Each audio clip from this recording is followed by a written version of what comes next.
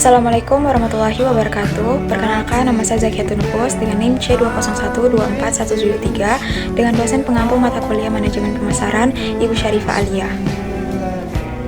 Pada kesempatan kali ini saya akan memaparkan materi mengenai produk, layanan, dan juga merek.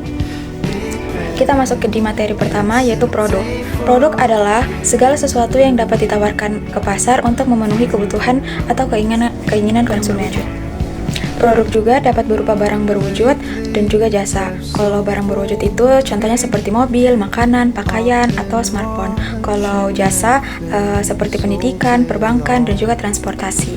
Produk juga punya fungsi. Yang pertama itu memberikan manfaat, memuaskan kebutuhan, dan juga menjadikan alat diferensiasi di pasar. Selanjutnya kita masuk di materi jenis produk. Jenis produk itu ada 4. Yang pertama itu produk konsumen, produk industri, dan produk digital, dan produk jasa. Nah, saya akan jelaskan satu persatu dari jenis produk ini sendiri. Pertama itu produk konsumen. Produk konsumen itu adalah produk yang dibeli oleh individu untuk kebutuhan pribadi atau rumah tangga, bukan untuk dijual kembali ataupun diproduksi ulang. Contohnya itu seperti makanan, minuman, pakaian, sabun, atau kosmetik. Nah, yang kedua itu produk industri. Produk industri itu produk yang digunakan oleh perusahaan atau pelaku usaha untuk proses produksi barang atau jasa lainnya. Contohnya itu seperti mesin, bahan baku, kendaraan, atau peralatan dari kantor. Yang ketiga itu produk digital. Produk digital ini produk yang berbentuk non-fisik dan biasanya diakses melalui perangkat elektronik atau internet. Contohnya seperti aplikasi, e-book, atau langganan streaming. Dan yang terakhir itu produk jasa. Produk jasa itu produk yang tidak berwujud, tidak dapat disimpan, dan dihasilkan melalui interaksi langsung antara penyedia dan pengguna. Contohnya seperti layanan hotel, bank, transportasi, dan juga pendidikan. Selanjutnya kita masuk di materi layanan. Layanan adalah aktivitas atau manfaat yang ditawarkan satu pihak kepada pihak lain, bersifat tidak berwujud dan tidak menghasilkan kepemilikan. Contohnya itu seperti layanan pelanggan, layanan perbankan, pendidikan, dan transportasi. Selanjutnya karakteristik layanan. Karakteristik layanan ini terbagi menjadi 4 juga. Yang pertama itu tidak berwujud, yang kedua itu tidak terpisahkan, yang ketiga bervariasi, dan yang terakhir tidak dapat disimpan. Yang pertama, karakteristik layanan yang tidak berwujud itu layanan yang tidak dapat dilihat, disentuh, atau disimpan secara fisik sebelum dibeli atau dikonsumsi. Yang kedua, tidak terpisahkan, layanan ini dihasilkan dan dikonsumsi secara bersamaan, tidak bisa dipisahkan antara proses produksi dan penggunaannya. Yang ketiga, bervariasi, kualitas layanan dapat berbeda-beda tergantung siapa yang memberikan, kapan, dan di mana layanan itu diberikan. Dan yang terakhir, tidak dapat disimpan, layanan tidak bisa disimpan atau diinventarisasi untuk digunakan nanti. Jika tidak digunakan saat itu, kesempatannya akan hilang. Selanjutnya kita masuk di merek. Merek adalah nama, istilah, simbol, desain, atau kombinasi dari semuanya yang digunakan untuk mengidentifikasi produk atau jasa dan membedakannya dari pesaing. Merek bukan sekedar nama, melainkan identitas, citra, dan reputasi perusahaan di mata konsumen. Contoh dari merek itu sendiri juga seperti Apple, Samsung, BSI, Wardah, dan juga Tokopedia. Selanjutnya, fungsi dari merek.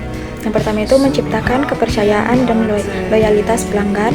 Yang kedua, menjadi pembeda dari pesaing. Yang ketiga, meningkatkan nilai tambah produk. Yang keempat, membentuk citra perusahaan. Dan yang terakhir, mempermudah proses pemasaran. Selanjutnya, hubungan antara produk, layanan, dan merek. Ketiganya ini membentuk strategi nilai pelanggan. Produk memberi manfaat fungsional, layanan memberikan pengalaman kenyamanan, dan merek memberikan makna emosional dan kepercayaan. Contohnya seperti BSI menawarkan produk tabungan syariah dengan layanan digital BSI Mobile, dan merek BSI yang kuat karena identitas syariahnya. Saya mengambil satu perusahaan itu, yaitu Bank BSI. BSI di dalam produk, BSI memiliki beberapa produk unggulan yang menjadi ciri khas dan perbedaan di pasar bank syariah. Yang pertama itu tabungan BSI. Produk tabungan ini dilengkapi berbagai fitur digital dan akses mudah via aplikasi. Misalnya nasabah bisa membuka rekening secara online melalui aplikasi BSI Mobile yang mempercepat dan menyederhanakan proses. Tidak semua bank syariah punya layanan onboarding digital semudah ini.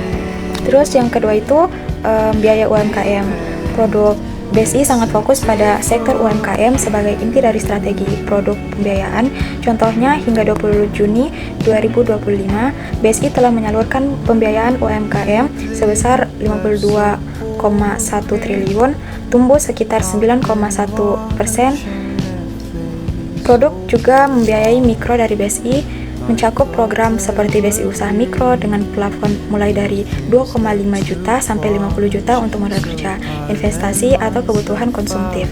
Produk ini menggunakan akad sesuai prinsip syariah seperti murabahah, ijarah, dan musyarakah mutanasihah.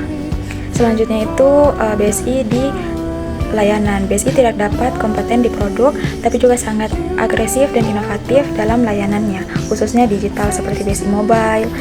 Data nyata menunjukkan bahwa per Juni 2024, penggunaan BSI Mobile mencapai sekitar 7,12 juta nasabah, meningkat sekitar 33,9%,